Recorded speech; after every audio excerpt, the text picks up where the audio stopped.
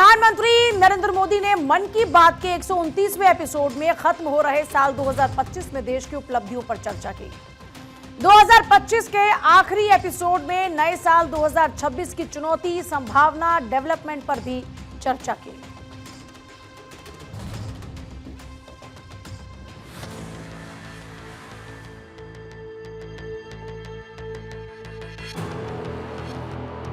PM Modi ने मन की बात के कार्यक्रम में कहा कि कुछ ही दिनों में साल 2026 दस्तक देने वाला है और आज जब मैं आपसे बात कर रहा हूं, तो मन में पूरे एक साल की यादें घूम रही हैं। कई तस्वीरें, कई चर्चाएं, कई उपलब्धियां जिन्होंने देश को एक साथ जोड़ दिया।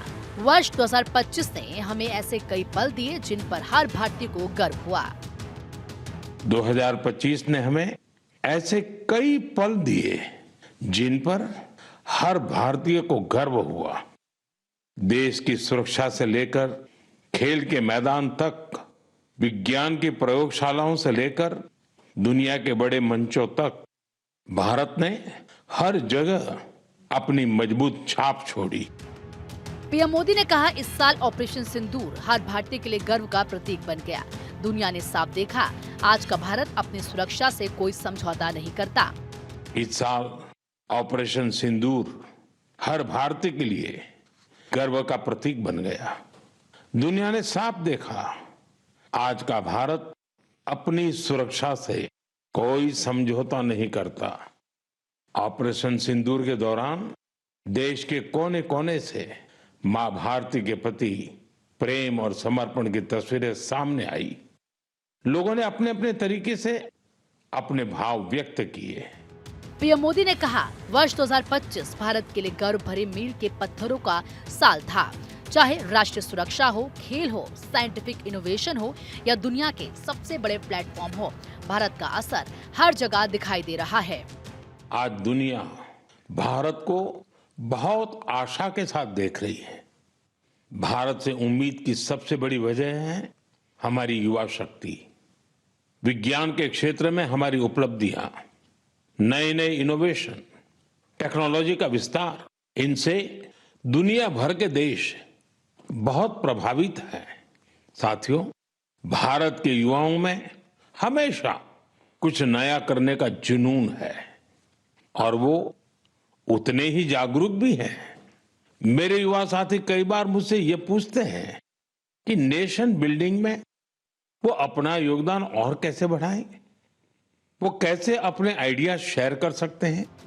पीएम ने कहा कि मणिपुर के एक युवा मोइंग रांगथेम ने बिजली की समस्या से निपटने के लिए सोलर पैनल लगाने का अभियान चलाया और इस अभियान की वजह से आज उनके क्षेत्र के सैकड़ों घरों में सोलर पावर पहुंच गई है। मणिपुर के एक युवा मोइरांगथेम सेठ जी ने, उनकी उम्र 40 साल से भी कम है। श्रीमान मोइरांगथेम जी मणिपुर के जिस दूर सुदूर क्षेत्र में रहते थे, वहां बिजली की बड़ी समस्या थी। इस चुनौती से निपटने के लिए उन्होंने लोकल सॉल्यूशन पर जोर दिया और उन्हें ये सॉल्यूशन मिला सोलर पावर में। हमारे मणिपुर में वैसे भी सोलर एनर्जी पैदा करना आसान है, तो मोइरांगथेम जी ने सोलर पैनल लगाने का अभियान चलाया और इस अभियान की वजह से आज उनके क्षेत्र के सैकड़ों घरों में सोलर पावर पहुंच गई है। पीएम ने स्वतंत्रता सेनानी पार्वती गिरी का जिक्र किया।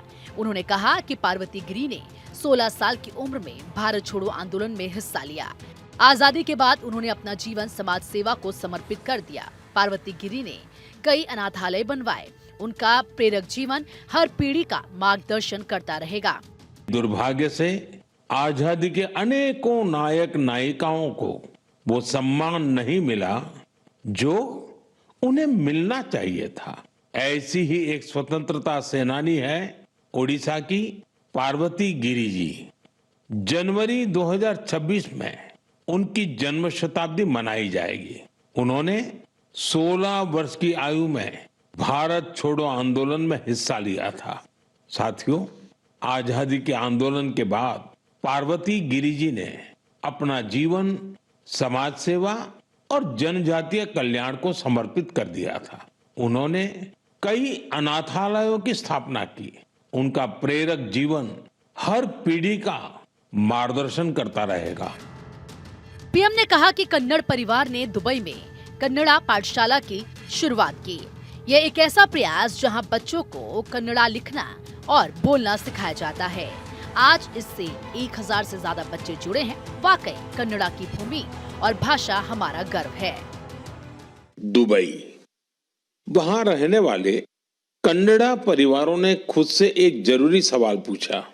हमारे बच्चे टेक वर्ल्ड में आगे तो बढ़ रहे हैं, लेकिन कहीं वो अपनी भाषा से दूर तो नहीं हो रहे हैं। यहीं से जन्म हुआ कन्नड़ा पाठशाला का एक ऐसा प्रयास जहां बच्चों को कन्नड़ा पढ़ना, सीखना, लिखना और बोलना सिखाया जाता है।